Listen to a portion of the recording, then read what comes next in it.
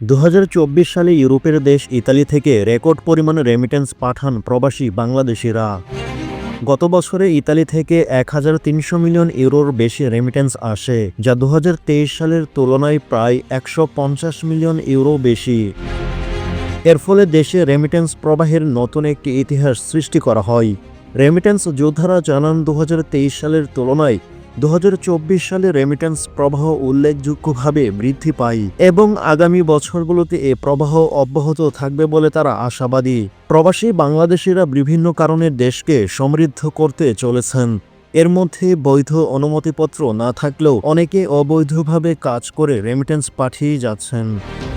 ইতালিতে বর্তমানে প্রায় 2 লাখেরও বেশি বাংলাদেশি বসবাস করেন, যার মধ্যে প্রায় 60,000 অবৈধ। তাদের পাসপোর্ট বা বৈধ অনুমতির সমস্যা থাকা সত্ত্বেও তারা বিভিন্ন কাজে নিয়োজিত থেকে দেশে অর্থ পাঠাচ্ছেন।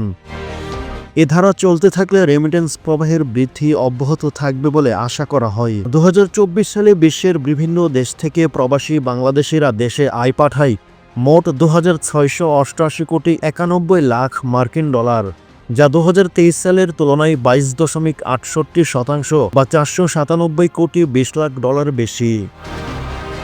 বাংলাদেশ সরকারের শাসনামলে বিশেষ করে শেখ হাসিনার নেতৃত্বে ইতালি থেকে রেমিটেন্স পাঠানো প্রবণতা উল্লেখযোগ্যভাবে বৃদ্ধি পায়।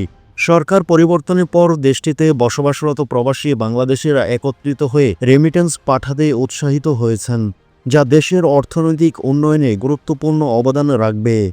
প্রবাসী বাংলাদেশিরা তাদের কঠোর পরিশ্রম ও একাগ্রতার মাধ্যমে দেশে রেমিটেন্স পাঠিয়ে দেশের অগ্রযাত্রাকে অব্যাহত রাখবেন।